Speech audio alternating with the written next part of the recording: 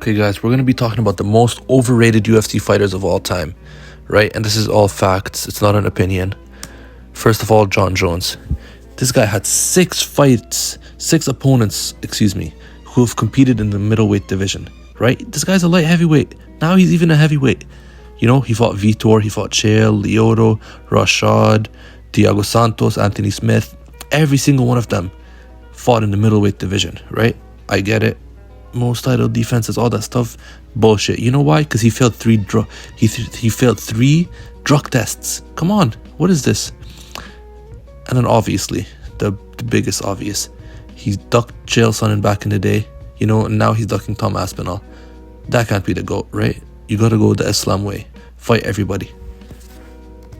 Second of all, this guy, Colby Covington. You know, let's not talk about his undeserved title fights, right? I think the UFC gave him the title fight against Leon just because, you know, they told him to shut up about suing Masvidal. You know, his weak record against elite fighters. You know, he did beat Robbie Lawler, who was shit at the time. He did beat Tyron Woodley, who was shit at the time. And then that's it. He's a decision machine too. You know, the last time he finished the fight was in 2016. 2016. Okay. Like, you guys realize that's 9 years ago, the last time he finished the fight. And then we move on to his trash talk. One of the worst trash talkers in UFC history, but he's willing to say like outrageous shit. That's the only reason people actually like kind of rate him. And that's why he's popular, you know? And then his fight style. Elite cardio, you know, wrestling is okay, no submissions, no nothing. He just can control people. And his striking, people think he has good striking because of the Usman fights. That's not the case. I'm sorry. He's just, you know, other than the Usman fight, horrible striking.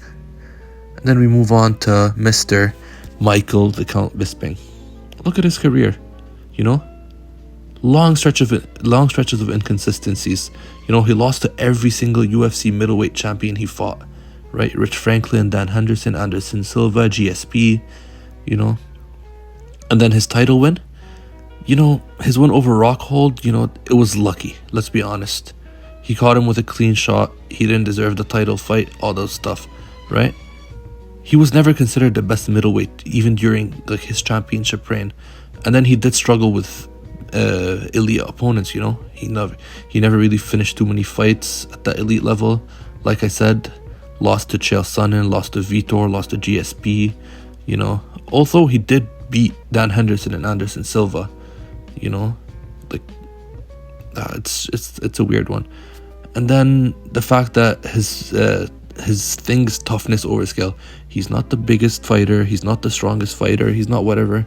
He doesn't have the most skill, but what does set him apart is his toughness. You can't say nothing about that. He has a lot of good durability, a lot of willpower. You know, these things keep him going. So he is overrated, but not that overrated. Not like Kobe. And then Conor. Oh my god, where do we start with Conor? His lightweight reign. Horrible. You know, he did beat Eddie Alvarez, who was never a dominant champ, you know. Alvarez lost twice to Rafael dos Anjos, I believe. Like, that's the person Conor beat. Also, nitpicked opponents. Come on. Like, when he fought Eddie Alvarez, that was ideal timing for him. When he fought Nate Diaz, that was ideal timing for him. And he ducked a lot of other opponents. Let's not bring that up, though. Undeserved second title fight. You know, at the time, Khabib deserved his title fight. Maybe even Nate Diaz deserved it more than him. And then after losing the first fight, they gave him the second fight versus Nate Diaz, which he didn't even deserve. Like, at that point, Nate Diaz should have just went on. And then obviously when he became the lightweight champion, you know, he never fought Khabib at the time. He never fought Kevin Lee. He never fought Tony Ferguson. And then when he came back to fight Khabib, who was, you know, arguably the number one contender at that time, you saw what happened. He just got dominated, right? So the reality of his overall legacy, 0 title defenses, 0 wins, where like his opponent was, other than Jose Aldo, where his opponent was like, oh my god, no way Conor can beat this guy, right? And he ended up beating him. It just doesn't happen. It just didn't happen for him. Moving on to George Masvidal. Listen, Masvidal, like, name an elite win Masvidal has. Ben Askren, Nate Diaz, both in my opinion just not the best fighters. You know, he has losses to Wonderboy, he has losses to Kamaru, he has losses to Gilbert Burns. You know, Damian Maia even beat him, you know. I feel like he's a little bit overhyped. I feel like the BMF title against Nate Diaz, you know, added a lot to his stock. It's a shit title. Honestly, like, I don't know why they even put that. It was just a gimmick fight. He doesn't deserve it.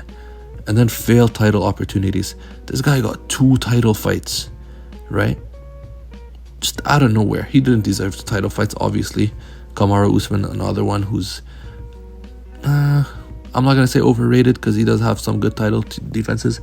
But he only defended the title, I believe, against 3 people, right? So he had 2 rematches in his title fights.